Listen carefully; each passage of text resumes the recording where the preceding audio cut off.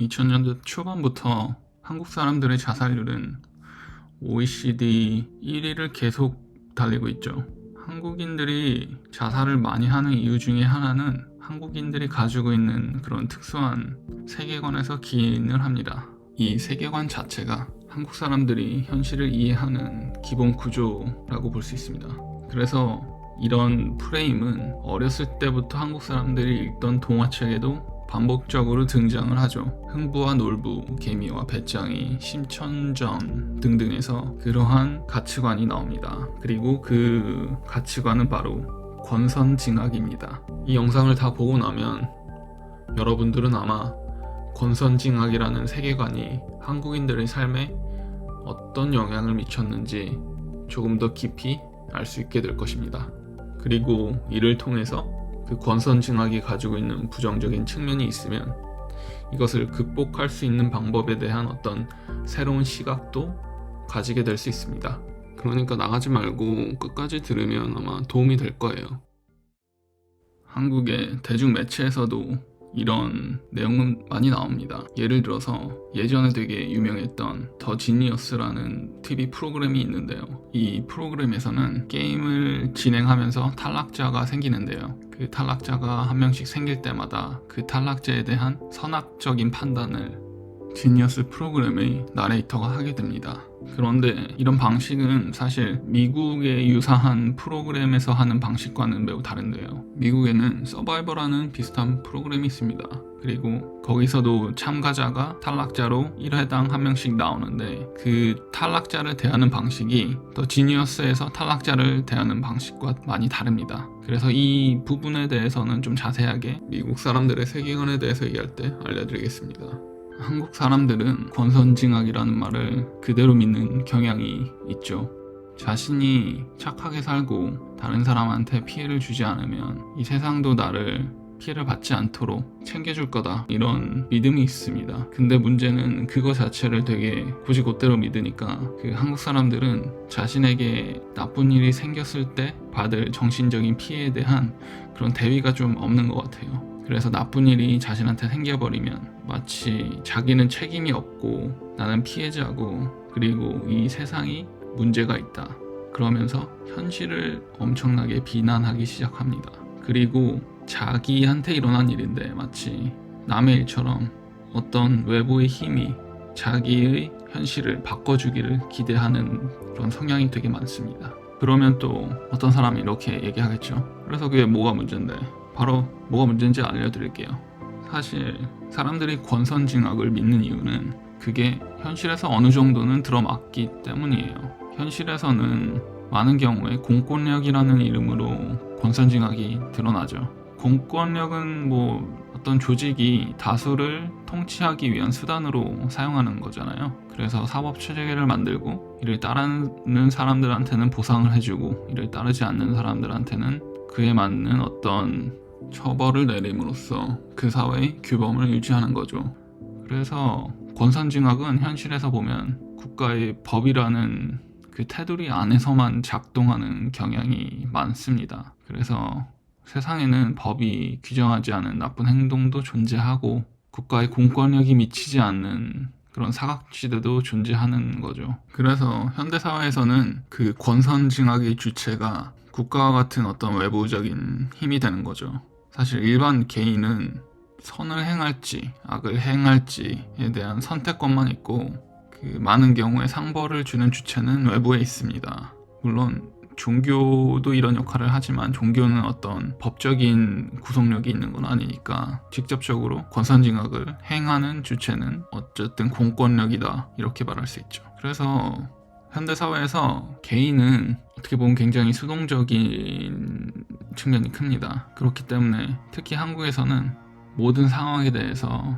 권선징악이 이루어지기를 기원하는 사람들이 굉장히 많습니다. 그리고 그거를 현실에서도 이루어질 거라고 진심으로 믿고 있는 사람들이 꽤 많습니다. 근데 이런 생각은 되게 동화적인 생각이라고 보이거든요. 왜냐면 권선징악이라는 건 그것이 범위가 정해져 있는데 모든 범위에 대해서 권선징악이 이루어지길 바라니까 제비를 고쳐주는 착한 일을 하면 난 복을 받을 것이다. 그리고 또 아버지를 위해 공양미 300석에 내 몸을 팔면 또 용왕님의 은혜로 아버지를 다시 만날 수 있을 것이다. 이런 굉장히 동화적인 세계관을 가진 사람들이 사실 많잖아요. 근데 이것도 그 결을 따라가 보면 한국 사람들이 미국의 극적인 도움으로 일제강점기 30년 역사를 청산하고 독립한 그런 대한민국이라는 나라의 어떤 역사와도 맞닿아 있는 측면이 많이 있습니다. 여기서는 사실 권선징악이 외부의 힘으로 실현이 된 거잖아요. 그러니까 어떻게 보면 권선징악이라는 한국인의 세계관은 오랜 역사를 통해서 어려움, 예를 들면 계급제도나 아니면 외침, 그 현실의 어려움을 극복하기 위해서 어떻게 보면 종교적으로 만들어낸 세계관이 아닌가 생각합니다. 근데 문제가 있죠. 아까 전에도 말했듯이 이건 현실에 기반한 어떤 세계관이 아니기 때문에, 그리고 실현이 되는 경우도 있고 되지 않는 경우도 있기 때문에 이것을 믿는 한국인의 삶의 태도 자체가 굉장히 현실에 대해서 수동적이고 수비적이 되었다, 이렇게 볼 수 있습니다. 이제는 미국인의 세계관이랑 한국인의 세계관을 비교해보는 게 맞죠? 그럼 한번 알아볼까요? 미국에도 권선징악이라는 개념이 있습니다. 그런데 이거는 한국의 그런 거랑은 좀 다르죠. 미국의 권선징악, 선악론은 기독교에서 유래합니다. 그래서 이들은 신을 믿는 자신이 하는 행위가 신을 위한 행위이기 때문에 그들이 하는 모든 행위가 신의 이름으로 정당화될 수 있다고 그렇게 믿고 있습니다. 이건 뭐 역사책에서도 많이 얘기가 나왔죠. 인디안들을 어떻게 미대륙에서 몰아내고 자신들이 그 땅을 차지했는지, 흑인 노예를 자신의 이익을 위해서 어떻게 썼는지, 뭐 이런 거는 굉장히 많은 예시가 있죠. 그래서 미국인들은 자신을 선으로 규정하고 자신의 행위를 정당화하면서 자신의 힘을 확장하기 위해서 기독교의 선악론을 활용하는 측면이 있습니다. 그냥 지금 말한 것만 들어도 한국의 권선징악과 미국의 선악론 혹은 권선징악이 어떻게 다른지 그 차이가 확 보이시죠? 그러니까 미국은 선이라는 것과 그 판단의 주체를 자기가 함으로써 자신의 행위를 정당화하는 데 사용했는데, 한국 사람들은 권선징악을 채용하면서 선이라는 것의 판단 주체를 외부로 둠으로써 자신은 선이나 악을 선택해서 행할 수밖에 없고, 그리고 이것을 판단하는 대상은 자신이 아닌 게 되는 거죠. 어떤 제3자가 판단하게 되는 거죠. 미국의 프론티어 정신이라는 개념이 있는데, 이게 뭐 제가 앞서 말한 그 내용을 설명하는 내용이에요. 미국인들은 미 대륙과 세계를 어떤 질서를 유지하고 자신의 힘을 확장하는데 신의 대리자다, 약간 이런 개념이 들어간 거죠. 그리고 미국 사람들은 어떤 악에 대한 개념도 한국 사람들이랑은 좀 다른 측면이 많이 있습니다. 미국에는 어렸을 때부터 동화책에 보면 세상의 어떤 비정함이나 어떤 불가역성, 그러니까 자기 뜻대로 되지 않는다, 이런 거를 보여주는 어떤 동화책들이 꽤 많이 있어요. 닥터스스 뭐 이런 거나 아니면은 그린치 같은 아이들 동화를 보면 한국 동화랑은 많이 다르죠. 한번 나중에 확인해 보세요, 궁금하시면.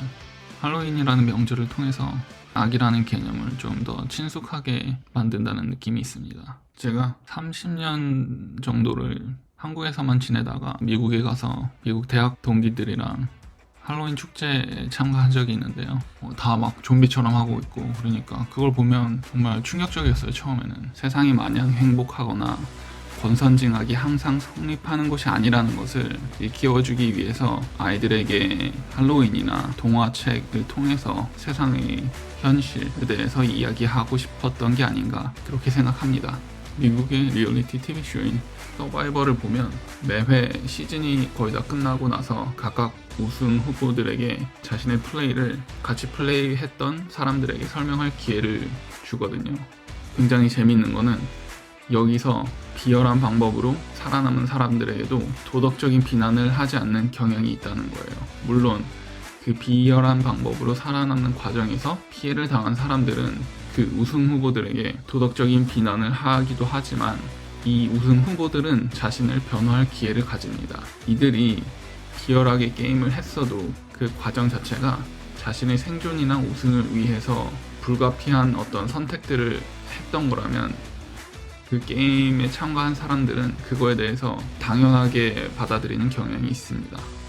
미국의 서바이벌라는 프로그램에서는 나레이션이 없고 개인의 어떤 플레이 자체를 도덕적인 기준으로 평가하는 것을 굉장히 지향합니다. 시청자들은 서바이벌 참가자들에 대해서 자기 나름의 방식으로 판단하고 그리고 서바이벌라는 게임을 해석할 수가 있게 되는 거죠. 그리고 미국 사람들은 자기 영향력을 확장시키기 위해서 세상의 원리를 과학적으로 탐구하고 과학적인 탐구에서 나온 결과물들을 현실에 적용하고 이를 이용하려는 경향이 굉장히 높습니다. 미국인들은 어떤 하나의 가치관이나 도덕 법칙, 예를 들면 한국의 권선징악 이런 세계관을 전제로 하고 과학적인 방법론을 적용하는 것이 아닙니다. 이들은 그런 전제 없이 세상 그 자체를 과학적으로 연구하고 세상의 원리를 알아가기 위해서 굉장히 많은 노력을 합니다. 심리학, 생물학, 통계학, 경제학 모든 학문에 대해서 과학적인 접근을 하고 과학적으로 삶의 원리를 검증하고 또 이를 고도화시키기 위해서 많은 노력을 하죠.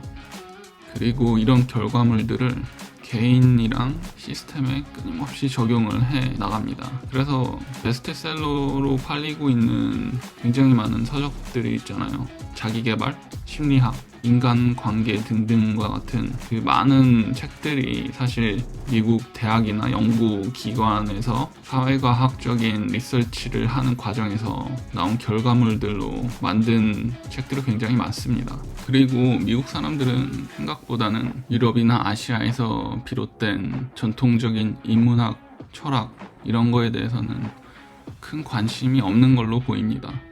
물론 개인적인 차원에서 불교나 도교 이런 특정 학문에 대해서는 관심을 가지기도 하는데 사실 전체적으로 봐서는 이것들에 대해서 큰 가치를 두지 않는 경향이 있는 것 같습니다. 실제로도 제가 미국에서 지낼 때 동네 도서관을 가면은 유럽의 철학책들은 도서관에서 거의 보지 못한 것 같아요. 앞에서 언급했던 그 문화적인 환경에 의해서 미국 사람들은 행복이라는 게 자기에게 저절로 주어지는 게 아니라는 걸 잘 알고 있습니다. 그리고 모든 권리는 자기 스스로 쟁취해야 하는 것을 정말 명확하게 알고 있습니다. 미국 독립도 독립전쟁을 해서 얻어낸 거고 흑인 인권 운동이나 여성 참정권 운동까지 이 사람들은 끊임없이 투쟁을 통해서 자기의 권리가 증진되어 온 거를 역사적으로도 알고 있습니다.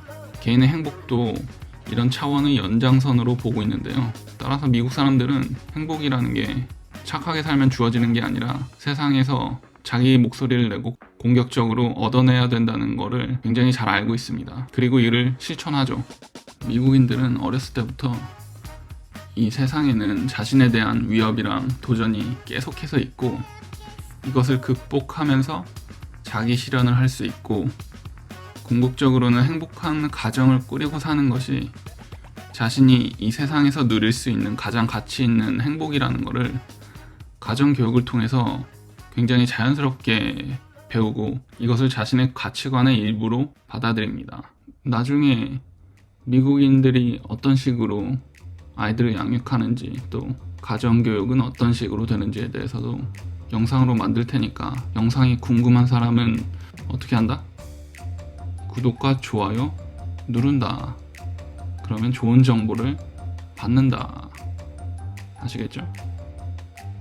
그래서 지금까지 한국인의 세계관이랑 미국인의 세계관을 비교해봤으니까 한국인들이 이것으로부터 배울 점이 있을까에 대해서 한번 생각해 볼게요. 한국인들은 현실은 이러해야 된다라는 관념이 굉장히 강한 것 같아요. 근데 사실 현실이 이러해야 한다고 현실이 그러하게 되진 않잖아요. 그래서 현실은 이러하다는 것을 인식한 다음에 그것에 대해서 맞춰서 자신의 삶의 태도를 만들어 나갈 필요가 있다고 생각합니다. 그래서 제가 느끼는 한국 사람들 행동 방식의 어떤 특징을 비유적으로 얘기하자면 마치 한국 사람들은 모든 차는 신호를 지켜야 된다고 생각을 하는 거죠. 그러면서 현실에서 횡단보도를 건널 때 차는 보지 않고 신호등의 신호만 보고 횡단보도를 건너는 거랑 비슷하다고 생각을 합니다. 현실은 이러해야 된다는 거죠. 이상적인 현실에서는 차는 신호를 지켜야 된다. 그렇기 때문에 나는 횡단보도를 건널 때 차는 보지 않고 그냥 신호만 보고 횡단보도를 건너도 된다. 그렇게 주장하는 거랑 굉장히 비슷하게 보이거든요.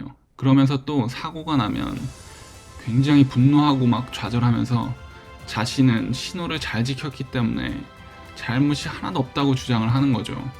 그러면서 신호를 지키지 않는 차를 막 비난을 합니다.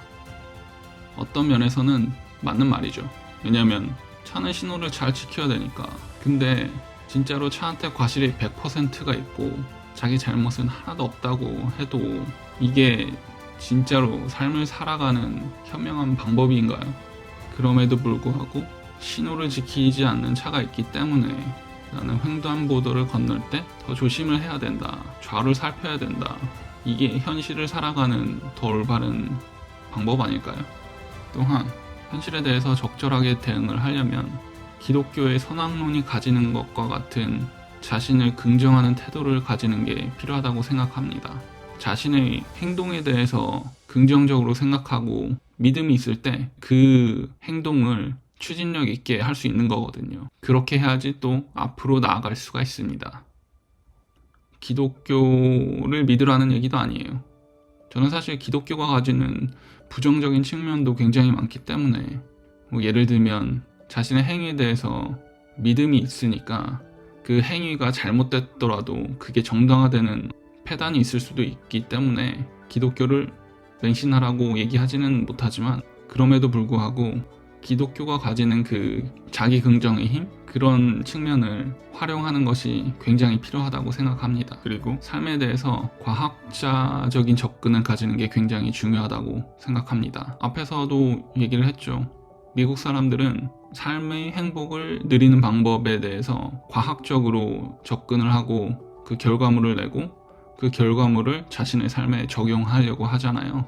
그거를 한국 사람들이 하지 않을 필요는 없다고 생각해요. 자기 삶에서 행복을 쟁취하기 위해서는 그냥 수동적으로 착하게 살아서 되는 게 아니라는 거죠. 자기 삶의 온전한 행복을 위해서 끊임없이 현실에서 투쟁하면서 자신이 원하는 것을 하나씩 이루어가는 것이 그것이 삶이라는 거를 한국 사람들이 이해하고 이를 받아들이고 실천했으면 좋겠어요. 그렇게 했기 때문에 한국 경제가 대한민국이 만들어진 이후 100년도 안 돼서 이렇게 성장할 수 있었던 거고, 근데 언젠가부터 행복이라는 건 누가 나한테 줘야 되는 거고 내가 할 수 있는 건 없다, 뭐 이런 식의 어떤 굉장히 소극적이고 패배주의적인 그런 사고방식이 많아진 것 같아서 좀 안타깝습니다. 그리고 행복을 위해서 하나하나씩 노력해가는 과정 자체가 행복일 수 있고 그 자체가 기쁨일 수 있다 라는 걸 이해하고 이러한 현실과 이러한 삶을 긍정적으로 받아들일 수 있었으면 좋겠습니다. 그렇게 되면 한국 사회도 조금 더 살기 좋은 사회가 되지 않을까요? 다들 어떻게 생각하시나요? 그럼 다음 영상에서 또 봬요.